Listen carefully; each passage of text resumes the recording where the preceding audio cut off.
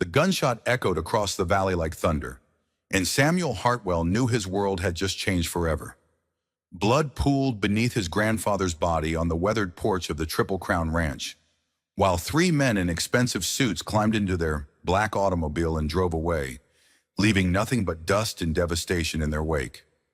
Samuel's hands trembled as he knelt beside the old man who had raised him from a boy of 8.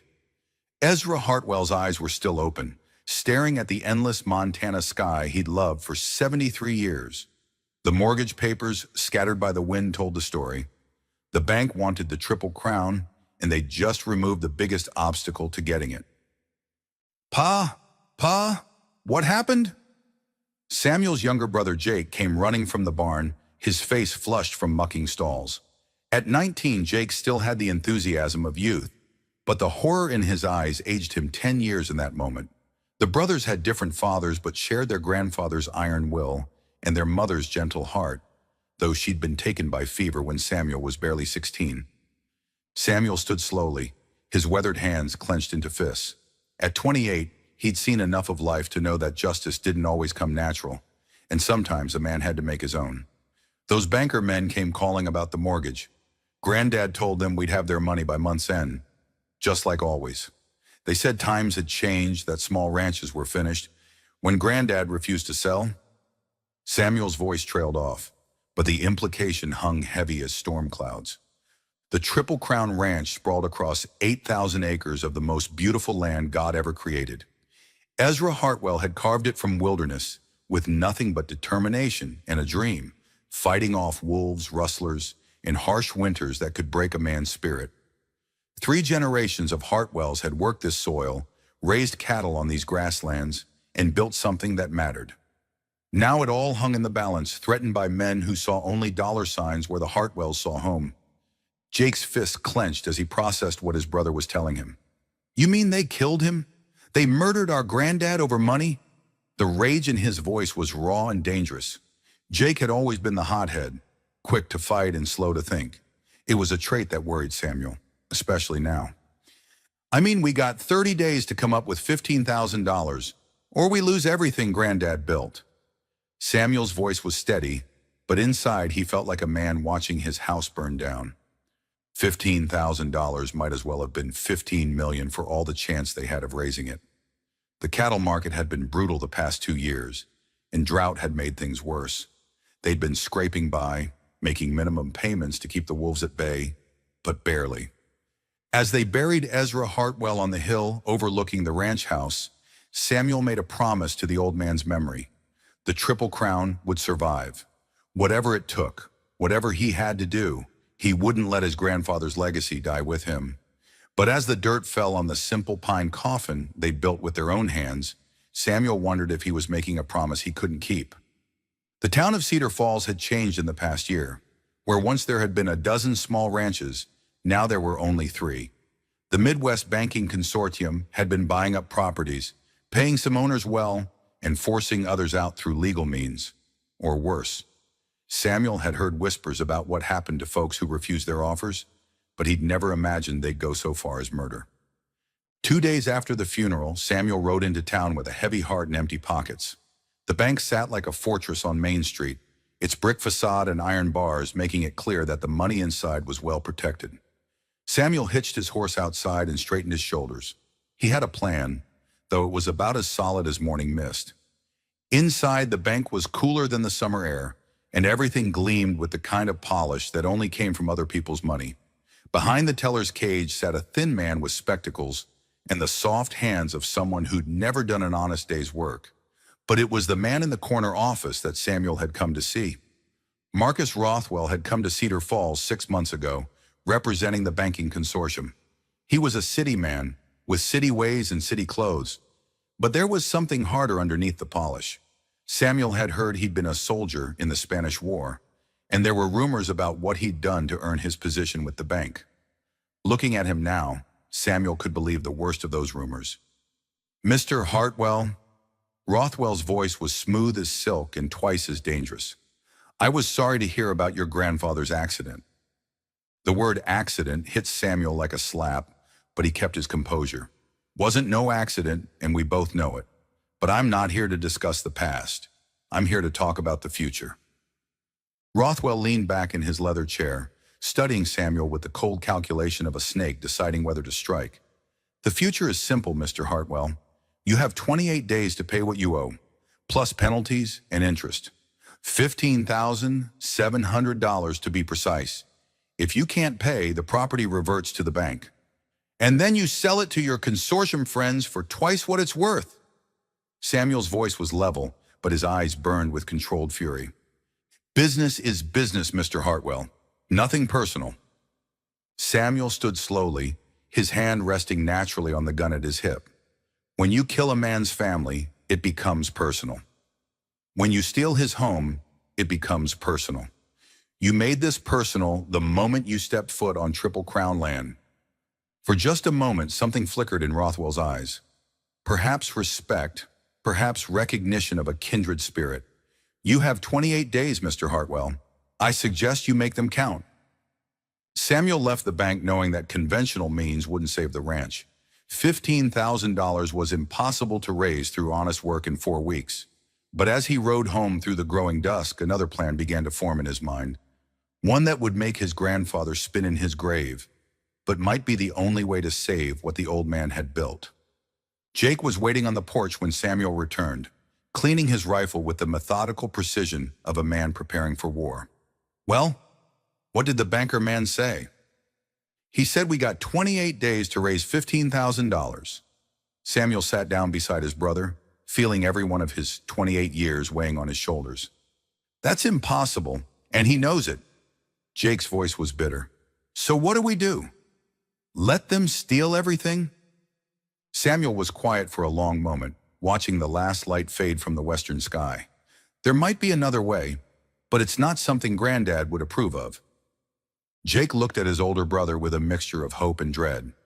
What kind of way? The kind that might get us killed or see us dancing at the end of a rope. Samuel met his brother's eyes.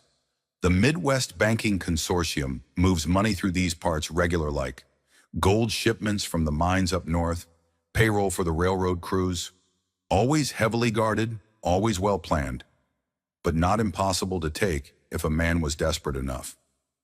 The weight of what Samuel was suggesting settled between them like a physical presence. Jake had always been ready for a fight, but this was different. This was crossing a line that, once crossed, couldn't be uncrossed. You're talking about robbery. Jake's voice was barely above a whisper. I'm talking about taking back what's ours. They killed Granddad as sure as if they'd put a gun to his head and pulled the trigger. They're stealing our land through legal tricks and threats. Maybe it's time we fought fire with fire. Jake was quiet for a long time, processing what his brother had said. Finally, he nodded. If that's what it takes to save the Triple Crown, then that's what we'll do. But we do it smart, and we do it right. No innocent people get hurt. Samuel felt a mixture of relief and terror at his brother's agreement. He'd hoped Jake would talk him out of it, provide some alternative he hadn't thought of, but deep down, he'd known this was the only way. There's a gold shipment coming through next week, $25,000 heading from the Copper Creek mine to the railroad depot in Millerville. It'll be guarded, but not by an army. The next week passed in a blur of preparation and growing dread. Samuel had done his research carefully, talking to railroad workers and freight handlers, learning the route and timing of the shipment. Jake had scouted the perfect spot for an ambush, a narrow canyon where the road wound between high rocks, offering both cover and escape routes. But as the day approached, Samuel found himself questioning everything. He thought about his grandfather, about the values the old man had instilled in him. Honor, hard work, respect for the law. These had been the pillars of Ezra Hartwell's life. What would he think of his grandsons becoming outlaws to save his ranch? The morning of the robbery dawned clear and cold, with a wind that seemed to cut right through a man's soul. Samuel and Jake positioned themselves in the rocks above the canyon road, their faces covered with bandanas, their guns loaded and ready. Samuel's hands were steady, but his heart hammered against his ribs like a caged bird. The wagon appeared right on schedule, drawn by 4 horses and accompanied by 2 armed guards. It wasn't the army Samuel had feared, but these weren't soft city men either. They rode with the easy confidence of men who knew their business and weren't afraid to use their guns. Samuel gave the signal, and he and Jake emerged from the rocks with rifles trained on the guards. "Hold up there! This is a robbery!" For a moment, time seemed suspended. The guards' hands moved toward their weapons. The horses snorted and stamped, and Samuel felt the weight of the moment pressing down on him like a physical force. This was it, the point of no return. Then everything went wrong. The lead guard was faster than Samuel had expected. His gun cleared leather in a smooth, practiced motion, and suddenly the canyon was filled with the thunder of gunfire. Samuel felt a bullet whistle past his ear as he dove for cover, his own rifle barking in response. Jake was caught in the open, and Samuel watched in horror as his younger brother stumbled, blood spreading across his shirt. But Jake kept fighting, his rifle speaking with deadly accuracy. The second guard pitched from his horse, and the driver threw up his hands in surrender. "Jake! Jake, are you hit bad?" Samuel scrambled to his brother's side, his hands shaking as he tried to assess the wound. Blood soaked through Jake's shirt, but he was still conscious, still breathing. "I'm all right," Jake gasped, though his face was pale as paper. "Just a scratch. Did we get it? Did we get the gold?" Samuel looked at the wagon, at the strong box secured in the back, at the dead guards sprawled in the dust. This wasn't how it was supposed to happen. Nobody was supposed to die. But there was no going back now. The strong box contained exactly what they'd hoped. $25,000 in gold coins and bills.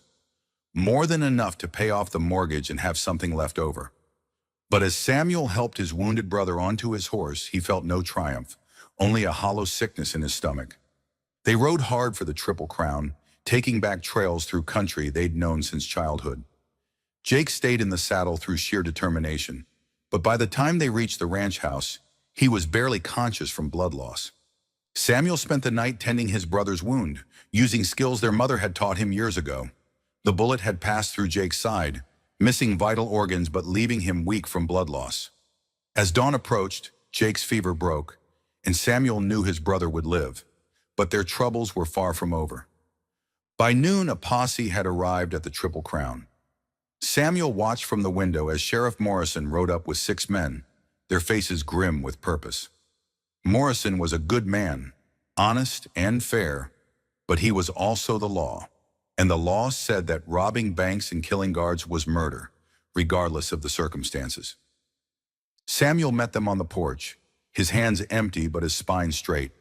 He'd made his choice, and he'd face the consequences like a man. "Samuel Hartwell," Sheriff Morrison's voice was heavy with regret. "I'm here about the robbery yesterday, the Copper Creek gold shipment." "I figured you might be." Samuel's voice was steady, though his heart was racing. "What do you want to know?"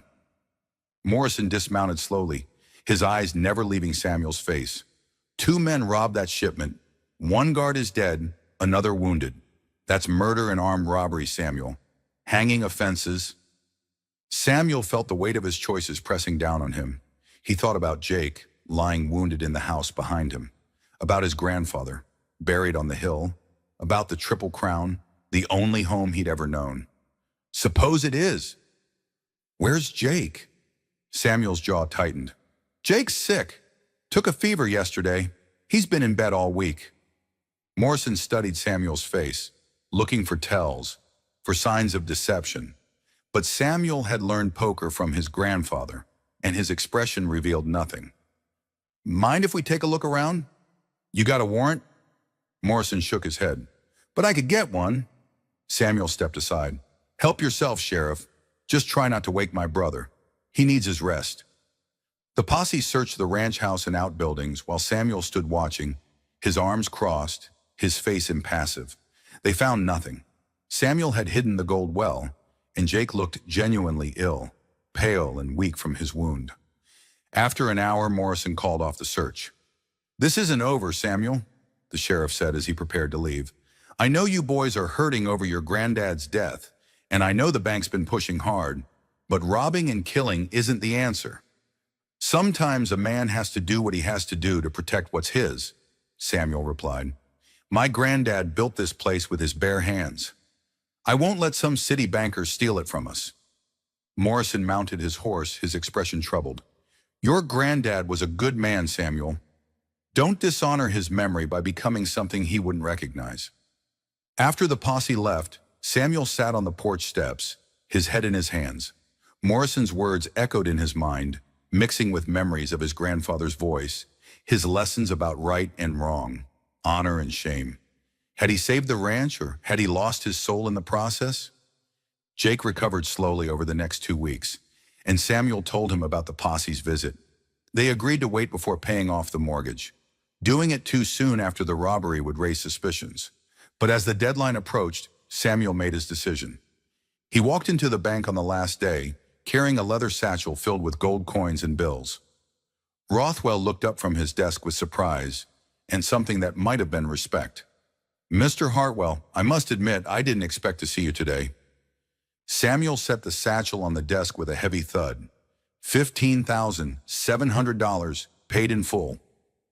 Rothwell opened the satchel, his eyes widening at the sight of so much gold. "This is unexpected. Might I ask where you came by such a sum?" "Does it matter?" "The mortgage is paid. The Triple Crown stays in the family." Rothwell studied Samuel for a long moment, then began counting the money with practiced efficiency. When he finished, he pulled out a prepared document and marked it, "Paid in full." "Your grandfather would be proud," Rothwell said quietly. Samuel met his eyes. "My grandfather would be alive if men like you hadn't gotten greedy." Rothwell's expression hardened. "Men like me built this country, Mr. Hartwell. We brought civilization to the wilderness, connected east to west with rails and telegraph wires. Sometimes that progress requires sacrifice. And sometimes it requires stopping men who think progress justifies murder." Samuel picked up the deed to the Triple Crown, now clear of all encumbrances. "You can tell your consortium friends that the Hartwells aren't going anywhere." Samuel walked out of the bank feeling lighter than he had in weeks, but the weight of what he'd done still pressed on his conscience. He'd saved the ranch, but at what cost? He'd become an outlaw, a killer, everything his grandfather had taught him not to be. That evening, as he sat on the porch watching the sunset paint the mountains gold and purple, Jake joined him.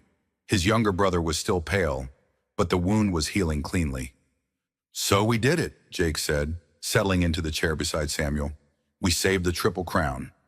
"Yeah," Samuel replied, but his voice held no triumph. "We saved it." Jake was quiet for a moment, studying his brother's profile. "You're having second thoughts." "Every day." Samuel's admission came out like a confession. "We killed a man, Jake. A man who was just doing his job, trying to make an honest living. We became thieves and murderers." "We became what we had to become to survive," Jake countered, but his voice lacked conviction. "They killed Granddad. They were stealing our home. And now we're no better than they are." The truth of it hung between them like a wall. They'd saved the ranch, but they'd lost something else in the process. Their innocence, their certainty about right and wrong, their ability to look at themselves in the mirror without flinching. Summer turned to fall, and fall to winter. The Triple Crown prospered under Samuel's management, the cattle fattening on good grass, the ranch house warm and secure. But Samuel found no peace in his success. Every time he looked at the deed to the property, he thought about the guard who died in that canyon, about the man's family, about the choices that had led to that moment. Sheriff Morrison visited occasionally, always polite, always watching. The case of the Copper Creek robbery remained unsolved, though Samuel suspected Morrison had his theories. Other robberies had occurred since then. Other gold shipments, other payrolls. The newspapers were calling the perpetrators the Ghost Riders, and rewards were being offered for their capture. Samuel knew he and Jake weren't the only ones who'd been pushed too far by the banking consortium's tactics. Desperate men were making desperate choices all across the territory, and the cycle of violence was spreading like wildfire. One evening in early spring, as Samuel was checking on the cattle in the south pasture, he saw riders approaching the ranch house. But these weren't lawmen or neighbors. These were hard men, the kind who sold their guns to whoever paid best. Samuel spurred his horse toward home, his heart hammering with dread.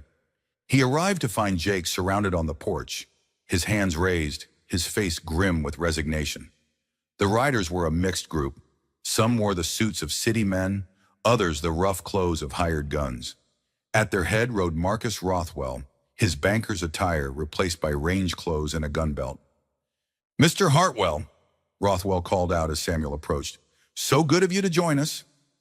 Samuel dismounted slowly, his hands visible, his mind racing. "What do you want, Rothwell?" "Justice," Rothwell replied simply. "You see, the banking consortium doesn't take kindly to robbery and murder. Bad for business, you understand. So they've hired me to clean up this territory's outlaw problem." Samuel felt the pieces clicking into place. Rothwell wasn't just a banker. He was something far more dangerous. A man who understood violence and wasn't afraid to use it. "So you're what, a bounty hunter now?" "I'm whatever the situation requires." Rothwell's smile was cold as winter wind. "Right now, I'm the man who's going to bring the ghostwriters to justice." "You got proof we're these ghostwriters?" Rothwell reached into his saddlebag and pulled out a familiar-looking bandana, the one Samuel had worn during the robbery. "Found this at the scene of the latest robbery. Funny thing is, it's got your initials sewn into the corner. Your grandmother's needlework, I'd guess." Samuel's blood turned to ice. He'd lost the bandana weeks ago, or thought he had. Now he realized it had been planted, evidence manufactured to justify what was about to happen.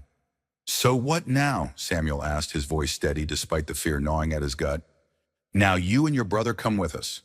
There's a tree about a mile from here that should serve our purposes nicely." Rothwell's voice was matter-of-fact, as if he were discussing the weather. Jake stepped forward, his young face blazing with defiance. "You want us, you take us, but you leave my brother out of this. I'm the one who killed that guard. Samuel tried to talk me out of it." Samuel's heart swelled with pride and terror. His little brother was lying, trying to save him, but it would only get them both killed. "Jake, no!" "It's true," Jake continued, his voice gaining strength. "Samuel's not cut out for this kind of life. I'm the one who's been hitting the other shipments. I'm the ghostwriter you want." Rothwell studied both brothers with calculating eyes.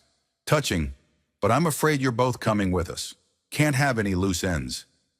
As the hired guns moved to tie their hands, Samuel caught his brother's eye.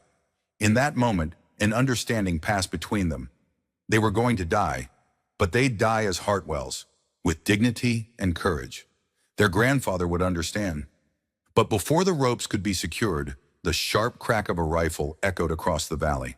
One of Rothwell's men pitched from his saddle, and suddenly the evening air was filled with gunfire. Samuel dove for cover, pulling Jake with him, as riders poured down from the hills surrounding the ranch house. Sheriff Morrison led the charge, followed by a dozen ranchers and townsmen. The conspiracy against the small ranchers had finally pushed the community too far, and they'd decided to make their stand at the Triple Crown. The battle was short but fierce. Rothwell's hired guns were outnumbered and caught by surprise. When the shooting stopped, 3 of them lay dead, including Rothwell himself. The rest surrendered, throwing down their weapons and raising their hands. Morrison approached Samuel and Jake as the dust settled, his face grim but relieved. "You boys all right?" Samuel nodded, still stunned by the sudden turn of events. "How did you know?" "Been watching this place for weeks, ever since we figured out what Rothwell really was. He wasn't working for any banking consortium. He was working for himself, using the bank's money to buy up properties and then selling them for huge profits.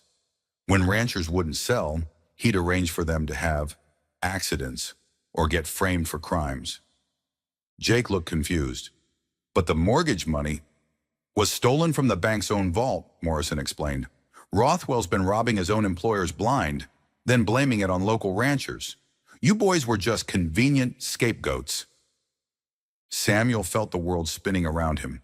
So the Copper Creek robbery was staged. Rothwell killed his own guard to make it look real, then planted evidence to frame you. Morrison's expression softened. "Your grandfather found out about the scheme. That's why Rothwell had him killed."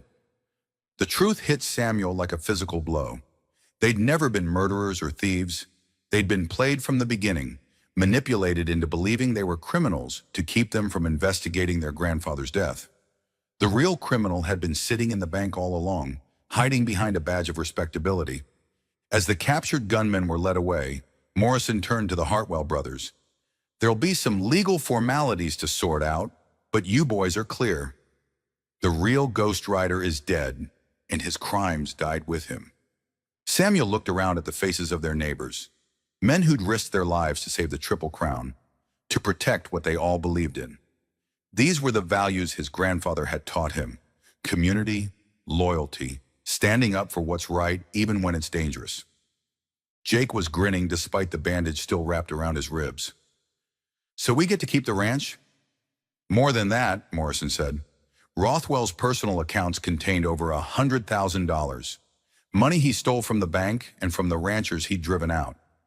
It'll be distributed back to the families he cheated. You boys should get a fair share." That night, as Samuel and Jake sat on the porch of the house their grandfather had built, they talked about the future. The Triple Crown was safe, their names were cleared, and they had enough money to make improvements that would secure the ranch for generations to come. But more than that, they'd learned something important about the price of integrity.